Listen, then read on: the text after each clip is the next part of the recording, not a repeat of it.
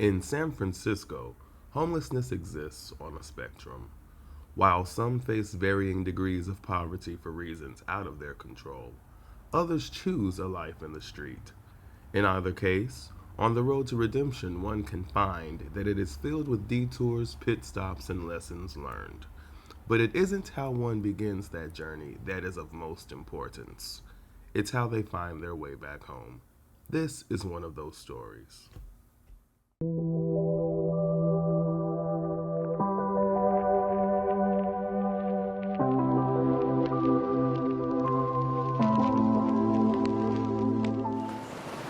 All right, thanks again for joining me out here, my brother. I appreciate you doing this. Tell us your story. Who are you? I'm Thomas Witherspoon, living in San Francisco as a homeless person. Okay, and what was your first instance of homelessness? Like, how do we get to this point? One thing about my life, I had a family, and we were doing real great, but I was beginning to start stealing, doing things that sent me somewhere I didn't want to be, like me. After that, my wife divorced me while I was in the She let me stay at their house for a while, but she put me out because I wasn't paying no finances. Okay. So that I lived on San Francisco for over 12 years. Okay. 12 years. And what is I would say, and divulge as much as you would like, but when you were out in the street, what were some of the things that you witnessed happening all the time as a homeless brother in the street? People getting beat up, getting gaffled by buying dope at late nights and stuff, and killing. Mm-hmm. It's like when you're on the street, it's a do or die situation. Mm-hmm. It's gonna be me or you. You're gonna get me or I'm gonna get you. Okay. So you got to live by the street rules. All gold and all good. Mm-hmm. And, it is kind of like you got to put your mind into something to get off the street to better yourself. Mm-hmm. And it took me 8 years to do that, to better myself. So I was on drugs, I did it all, and I've been there, gaffling people, robbing people. I did it all too, but the streets life ain't easy. Mm-hmm. You got to live by the rules and regulations of the rules. Mm-hmm. If you don't, things will happen. Most likely. So is it fair to say that there's like an honor code to living in the street? Yes, it is. One of the honor codes is not perfect and going through because some people don't go by it. Right. They steal from each other. We homeless, we should be together and make sure we have the things we have instead of taking from what we don't got and trying to get it. And they take that honor code away. It's love no more. Okay. And thank you for sharing that. I mean, I've heard from other people that since I've been doing this project is that there is a community that is formed with brothers and sisters that are going through homelessness, so it does become somewhat like a family when you're out there. And if you do abide by the code, then you're good. But if not, like you said, some people just get ate up by the street. We do got families out there who will help you, unite, get to know each other, staying with each other, sitting around each other, going places with each other. But it ain't always the way you see it, the way it looks. Because you got some watching your back, and you got many who's not watching your back. Okay. So you can't trust them all. even though they homeless with you, they out there with you. Some of these men out here homeless, they got a woman with them. Mm-hmm. They would sell their own woman just to get what they want. Wow. You know? And, Sell their own women to get what they want. That's deep. But, I mean, they sell themselves too. Yeah. Mm-hmm. It's like when you're homeless and you're out there, it's a one partner thing. It's you. Mm-hmm. You gotta care about yourself. Yeah. You just got social. They say they're your friend, and they got your back, everything else, but they really don't. Mm. It's just social. Okay. Unless you got drugs in your hand, or you're doing something, stealing or something like that, then they got your back on stealing until you get busted. Mm-hmm. You didn't even know. But anything else, only way is a family member around here, the family thing and homelessness, I see, is as long as you got something for what they want. Mm-hmm. Got what they want, they're gonna get it. I would say Thomas Witherspoon took 8 years to get off, but I still in a navigator center, Mm-hmm. looking for housing. But I'm picky about my house. So I was going to the Avenal place on 16th Street, Mm-hmm.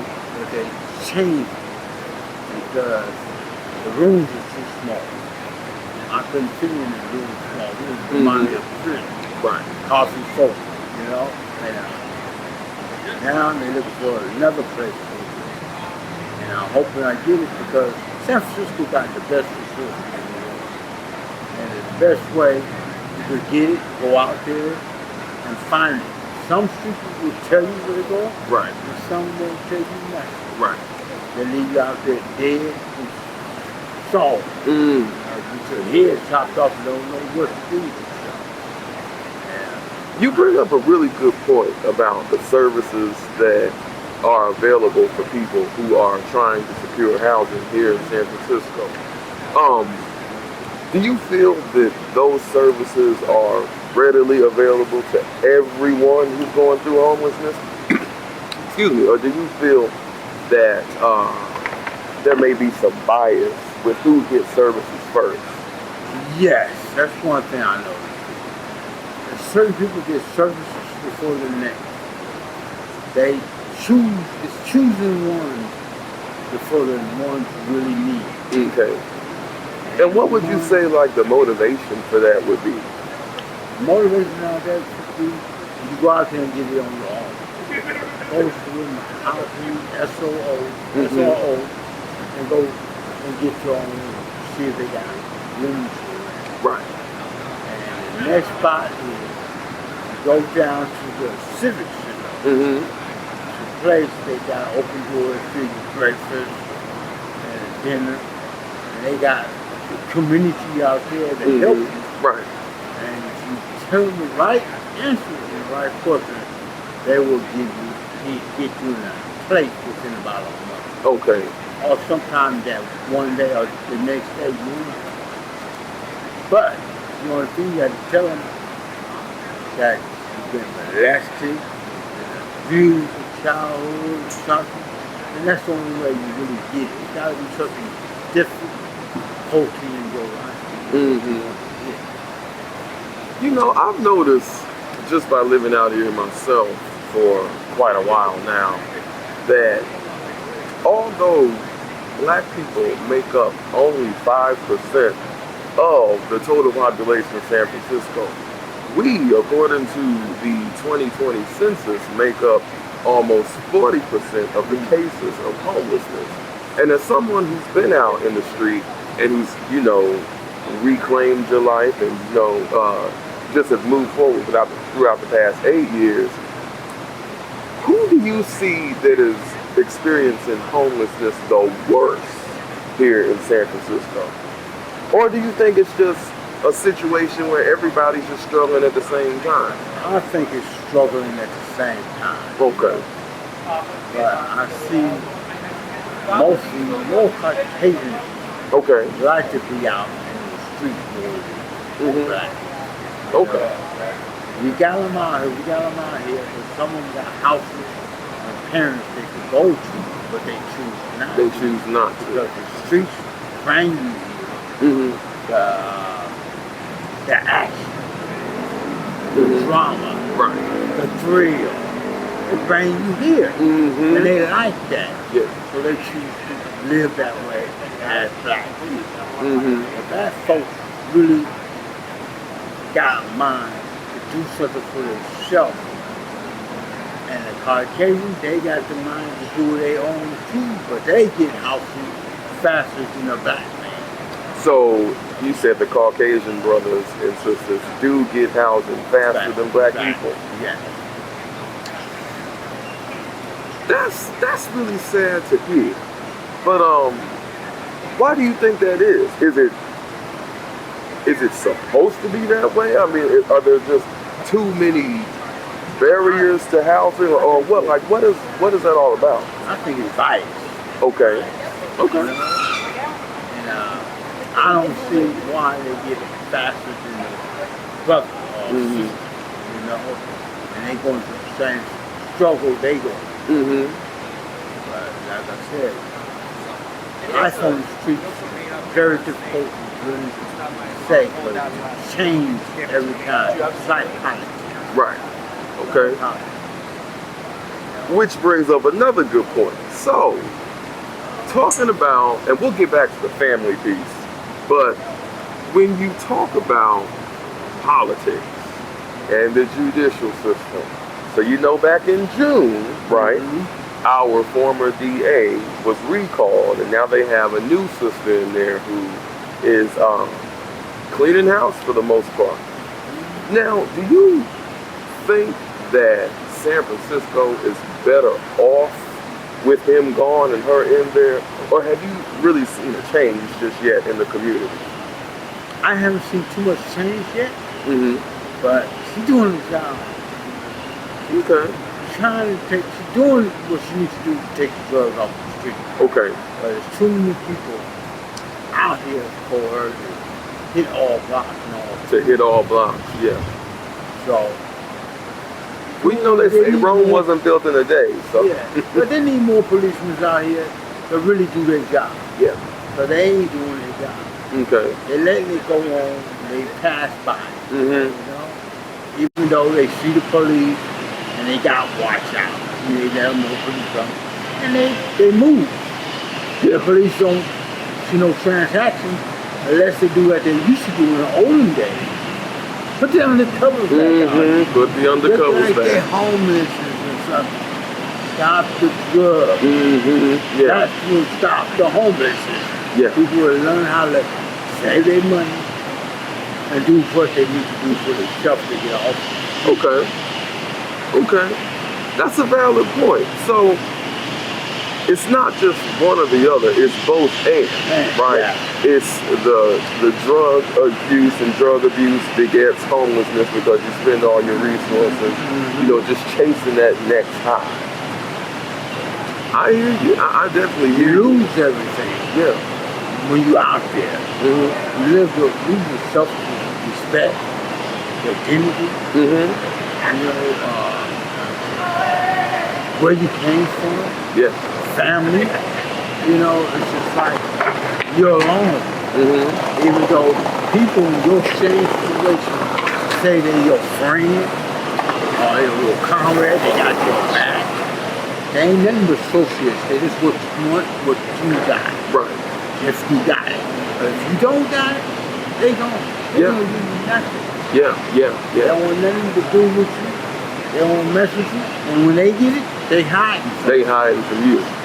But the one thing about this homeless thing, the resources we got, they help the navigator, they help some of the staff in the navigator. Mm. They ain't doing nothing but sitting behind that desk playing with that computer. Right. They ain't looking up the housing, what SROs got opening, Mm-hmm. you know? they ain't doing nothing but waiting for something to happen in the navigator and kick you out back on the street. Yeah. All over again. Yeah. Back in the night. Yeah. So my life is like this. I feel like if I don't do nothing for myself, no one else will.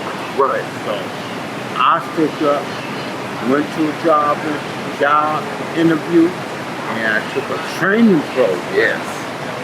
And our training program brought me to a job I got now.